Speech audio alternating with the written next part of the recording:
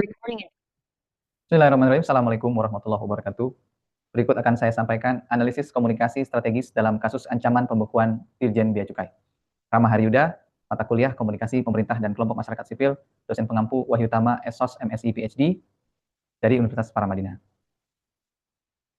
Di mana isu ini dimulai? Menurut pemberitaan CNN, Menteri Keuangan Menku Purbaya Yudisadewa mengancam bakal membekukan Direktorat Jenderal Bea Cukai dan merumahkan kurang lebih 16.000 pegawai instansi tersebut.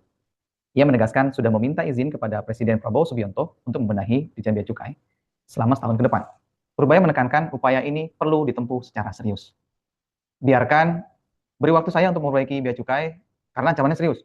Kalau Bea Cukai nggak bisa memperbaiki kinerjanya dan masyarakat masih nggak puas, Bea Cukai bisa dibekukan. Ucap Purbaya usai rapat kerja dengan Komisi 11 DPR RI di Jakarta Pusat, Kamis 27 November 2025. Sebagaimana dikutip oleh CNN Indonesia. Mari kita ceritakan kronologisnya satu persatu per fase. Yang pertama adalah fase 1, isu global. Rilis resmi dari United States Trade Representative menerbitkan tahun 2025 National Trade Estimate yang merangkum hambatan perdagangan yang dihadapi eksportir Amerika Serikat, termasuk praktik kepabeanan yang menyulitkan dan upaya penanganannya oleh USTR. Dokumen NTE 2025 menyantumkan temuan terkait praktek penilaian nilai pabean yang menjadi keluhan eksportir Amerika Serikat dan bagian dari survei hambatan perdagangan yang signifikan. Lalu pemberitaan itu masuk ke isu nasional. Dari NGO seperti Selios dan Indef mengatakan, Bima Yudhistira dari Selios, persoalan ini harus segera diselesaikan. Bea cukai adalah instrumen paling krusial dalam mempercepat arus ekspor dan impor. Buruknya tata kelola bea cukai, menurutnya, turut memperburuk iklim investasi dan merusak daya saing Indonesia di pasar global. Selama ini banyak pemerintah bikin komite yang isinya orang-orang pemerintahan. Jadi harus satgas independen yang kemudian bisa memberikan rekomendasi sekaligus juga bisa melakukan monitoring terhadap kinerja bea cukai. Nah, ini yang harus segera dibentuk oleh Presiden Prabowo. Sementara Rizal Taufikur Rahman dari Indef mengatakan, jika prosedur bea cukai dan kebijakan teknis dijalankan tanpa kepastian hukum dan akuntabilitas, maka justru akan menciptakan persepsi negatif dan mengurangi daya saing Indonesia. Ini harus menjadi alarm untuk mendorong reformasi sistemik, bukan hanya respon kosmetik. 21 April 2025, sumber dari artikel di kontan.co.id. Lalu masuk ke fase kedua, yaitu aksi pemerintah. Tanggal 27 November 2025, ultimatum pemerintah Menko Perbaya memberi tenggat 1 tahun. Jika DBC tidak membaik, terancam dibekukan dan kurang lebih 16.000 pegawai dirumahkan. Opsi outsourcing ala era Orde Baru seperti SGS disebut sebagai tekanan reformasi. Pernyataan ini disampaikan usai raker Komisi 11 DPR. Dikutip oleh Indriani dalam financedetik.com serta dalam CNN Indonesia. Lalu tanggal 28 November 2025 ada penajaman alasan dan temuan di lapangan. Purbaya menegaskan bahwa akar masalah di bea cukai ini seperti underinvoicing, barang ilegal masuk, dan citra buruk di publik. Dan Purbaya juga memberi instruksi DJBC untuk mulai terapkan AI untuk mempercepat deteksi kelainan nilai transaksi. Bagaimana dikutip oleh detik.com dan moneykompas.com. Lalu bagaimana reaksi-reaksi dari publik? Yang pertama adalah di fase ketiga ini reaksi dari DPR. Ketua Komisi 11 DPR RI Muhammad Misbahun mengatakan, kewenangan penuh dan yang mempunyai tolak ukur dan memberikan respon kan pemerintah. Jadi kalau menterinya manggil keputusan itu, tolong dipertimbangkan dengan baik untung dan ruginya. Kutip oleh Kumparan November 2025 tanggal 29. Lalu reaksi NGO seperti apa? Bima Yudhistira dari Selios atau Direktur Central of Economy and Law Studies mengatakan, warning dari Pak Prabowo harus direspon dengan pembersihan internal bea cukai maksimum 2 bulan ke depan. Kalau tidak perbaikan, maka solusi finalnya memang dibekukan sementara dan diberikan ke pengawas swasta yang punya keahlian. Kontan.co.id tanggal 27 November. Sementara Subandi sebagai Ketua Umum Gabungan Importer Nasional Indonesia atau GINSI sebagaimana dikutip oleh bisnis.com mengatakan, kalau ditanya apakah setuju bea cukai diganti, tentu jawab saya tidak, karena saat ini layanannya sudah lebih cepat. Mulai dari pengajuan dokumen sampai terbitnya surat persetujuan pengeluaran barang atau SPPB. Lalu bagaimana dengan respon dari Dirjen Bea Cukai itu sendiri? Tanggal 3 Desember 2025, Dirjen Bea Cukai menyebut ancaman Menkyu sebagai koreksi, berkomitmen berbenah untuk memperbaiki kultur pengawasan dan segera adopsi AI. Kutip oleh suara.com. Lalu pemberitaan yang kedua adalah DJBC menyatakan komitmen berbenah dan mengakui tekanan publik sebagai pendorong reformasi menargetkan sampai 2026. Sebagaimana dikatakan di money.kompas.com. Kita masuk ke fase kelima, yaitu klarifikasi Menko. Klarifikasi Menko Purbaya Yudisadewa pada kutipan pertama diberitakan oleh kompas.com tanggal 12 Desember 2025 mengatakan belum ada pembahasan mengenai diskusi untuk membukukan. Jadi kita dorong terus. Mereka adalah orang-orang cerdas, jadi tidak perlu khawatir. Jika dalam setahun ke depan tidak ada kemajuan, baru kita pertimbangkan langkah lain. Namun jika sudah baik, buat apa? Kutipan kedua, nah ini pernyataannya bersama Dirjen. Dirjen juga jelas, komitmen rekan-rekan Dirjen Bea Cukai juga sama. Jadi luruskan semuanya, pemerintah, Dirjen Bea Cukai, seluruh jajaran sepakat untuk fokus pada satu tujuan, yaitu meningkatkan kinerja Bea Cukai tanpa meningkatkan keributan. Dan di tanggal yang sama, 12 Desember 2025, pada saat menghadiri peluncuran teknologi AI dan digital, Bea Cukai resmikan pemindai peti kemas baru pada hari ini. Saya ingin adanya perubahan dulu. Dulu urusan Bea Cukai bikin deg-degan, sekarang deg-degan justru oknum penyelundup. Dulu pelayanan Bea Cukai dinilai lambat, sekarang malah AI-nya yang diminta jangan terlalu cepat. Infobanknews.com. Lalu yang kedua, transformasi digital di kepabeanan bukan pilihan. Ini suatu keharusan. Kita harus menjaga kepercayaan publik dan menjaga daya saing ekonomi. Selain itu, kita juga harus memerangi penyelundupan dengan cara yang lebih modern. Antara News 12 Desember. Dan di tanggal 15 Desember 2025, Menteri Keuangan Purbaya Yudisadewa dengan judul headline berita dari ancaman ke apresiasi oleh kompas.com mengatakan setelah sebelumnya mengancam pembekuan dan perumahan kurang lebih 16.000 pegawai, Purbaya berubah sikap menjadi memberikan pengakuan dan apresiasi atas perbaikan layanan Dirjen Bea Cukai yang terus dilakukan. Perubahan ini didorong oleh bukti nyata inovasi teknologi AI dan penguatan sistem yang dikembangkan Dirjen Bea Cukai dalam waktu singkat, menunjukkan komitmen serius institusi terhadap reformasi internal. Mari kita lakukan analisa komunikasi pada fase pertama, isu global dan nasional. Laporan USTR 2025 mengkritik sistem bea cukai Indonesia sebagai tidak transparan, rumit, dan lawan korupsi. Celios dan Indef merespon dan memposisikan laporan internasional sebagai alarm dan kesempatan reformasi sistemik, bukan sebagai serangan terhadap Indonesia. Analisa strategi framingnya adalah isu framing oleh NGO, Celios dan Indef. Frame yang dibangun adalah krisis sebagai peluang reformasi. Di media stiri dari Celios, reframe laporan USTR negatif menjadi momentum konstruktif. Laporan ini harus menjadi alarm penting bagi pemerintah untuk segera melakukan reformasi yang mendalam. Sebagaimana dalam artikel Halahan tahun 2011, framing strategis mengubah persepsi isu dari ancaman menjadi kesempatan. Tujuannya adalah mendorong pemerintah bertindak tanpa terkesan defensif atau melawan tekanan internasional. Lalu ada attribution framing. Celios memposisikan diri sebagai bridge antara kritik internasional dan solusi domestik. Menghindari attribution frame AS membuli Indonesia, maka dirubah menjadi mengadopsi frame masalah struktural yang konsisten. Hal ini membuat kritik internasional terasa lebih legitimate dan berbasis bukti, bukan politis. Lalu ada solution framing. Rekomendasi Satgas Independen, bukan Departemen Murni, menunjukkan framing yang mengedepankan akuntabilitas eksternal dan keterlibatan multi-stakeholder, mencerminkan konsep yang disampaikan oleh Feng Shu dalam artikelnya tahun 2020 bahwa reformasi publik butuh partnership antara sektor pemerintah, NGO, institusi, dan institusi lainnya. Analisa pada komunikasi fase kedua, yaitu aksi pemerintah. Menko Purbaya mengeluarkan ultimatum pembekuan DJBC dan ancaman perumahan 16.000 pegawai, memposisikan dirinya sebagai agen reformasi keras yang tidak toleran terhadap korupsi dan inefisiensi. Analisanya adalah isu ownership. Nah, Purbaya mengambil ownership isu reformasi bea cukai dengan mengeluarkan ultimatum publik yang keras. Strategi ini menunjukkan crisis response situation, menunjukkan kepemimpinan tegas di tengah krisis kepercayaan institusi, serta retorikal strategi, menggunakan bahasa ancaman, dibekukan, dirumahkan, untuk menyertakan urgensi dan menunjukkan komitmen personal. Isu plus responsibility framing. Jadi di waktu yang bersamaan, pemerintah ini mengeluarkan framing berbentuk isu dan juga responsibility. Purbaya memframe konflik bukan sebagai Dirjen Bea Cukai versus pemerintah, atau aktor versus aktor, tapi melainkan kinerja buruk versus tuntutan publik.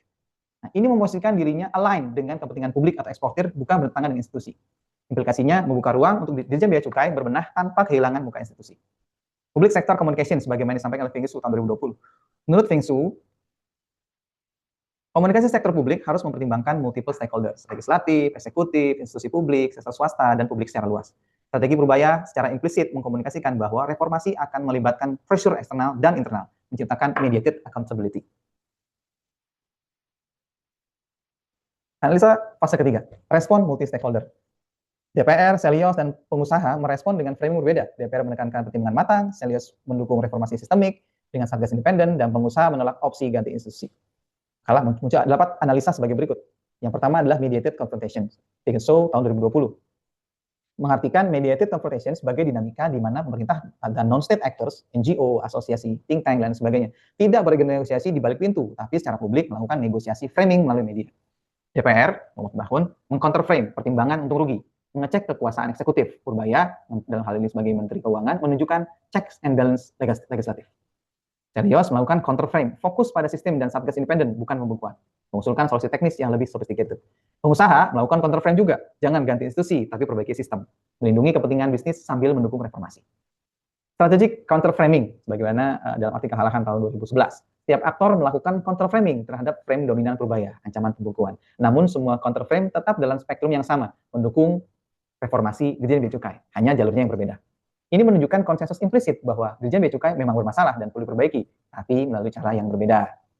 Ada juga isu manajemen dalam multi-aktor ekosistem. Isu tahun 2020. Respon DPR, Selios, dan pengusaha menunjukkan bahwa isu sudah masuk ke arena public deliberation dan melibatkan eksekutif, legislatif, sektor akademis atau riset, serta sektor swasta. Ini menciptakan distributed communication authority. Tidak hanya Purbaya yang bisa mendefinisikan apa itu solusi, tapi juga aktor lain. Analisa komunikasi fase 4, yaitu respon Dirjen Bea dan Cukai. Dirjen Jaka Budi Utama merespon ultimatum Purbaya dengan menerima ancaman sebagai koreksi untuk mendorong perbaikan institusi. Dirjen Bea Cukai mengakui tanggung jawab internal dan mengumumkan langkah berbenah konkret melalui teknologi AI, pemindahan kontainer, dan sistem pelaporan secara mandiri. Analisanya adalah sebagai berikut. 1. Situational framing. Dirjen Bea Cukai menerima ancaman pembukuan sebagai situasi legitimate dan serius yang perlu ditanggapi dengan perbaikan internal, bukan mengecilkan atau menyangkal. Kami menerima ini sebagai bentuk koreksi untuk mendorong perbaikan institusi. Dengan mengakui situasi sebagai krisis yang valid, Dirjen Bea Cukai menghindari defensive denial yang bisa memicu eskalasi konflik lebih lanjut. Ini menunjukkan institutional maturity dan willingness to change. Lalu ada juga responsibility framing, bagaimana di artikel Halahan tahun 2011. Dirjen Bea Cukai mengakui accountability internal dengan menekankan konsekuensi serius bagi 16.000 pegawai Dirjen Bea Cukai jika ancaman pembukuan realisasi, sambil menunjukkan bahwa masalah utama ada pada internal, SDM, sistem, bukan dari eksternal.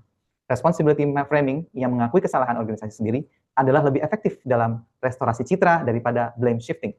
Menurut Halahan 2011, strategi ini menciptakan kredibilitas dan menunjukkan seriusnya komitmen. Lalu ada action framing. Dirjen Bea Cukai memframe tindakan perbaikan sebagai proaktif, konkret, dan teknologis, bukan reaktif atau kosmetik.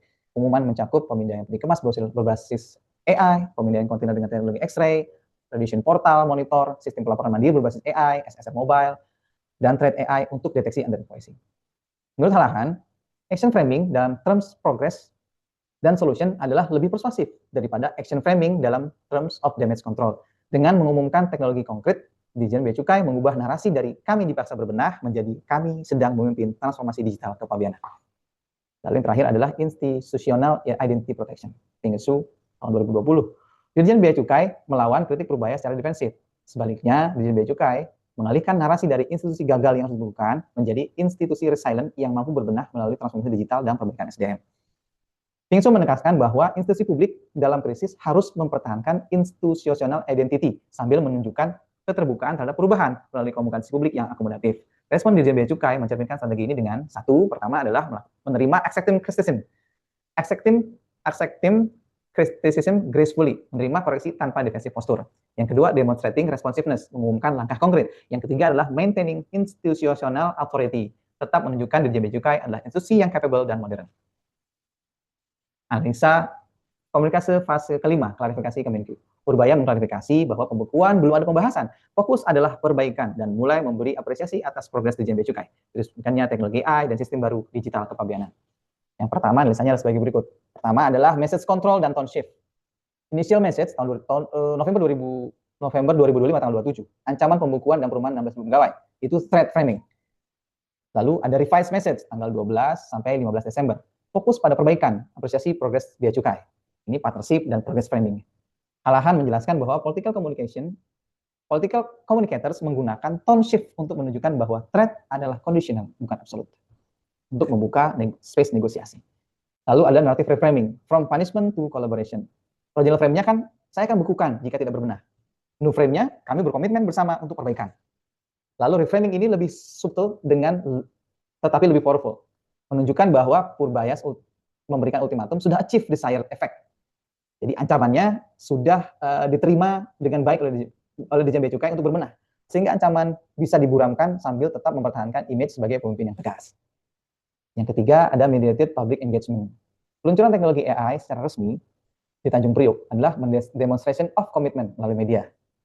Ini menciptakan visible evidence bahwa Dirjen Bea Cukai berbenah, yang kemudian memungkinkan Purbaya untuk shift dari threat-based communication ke appreciation-based communication.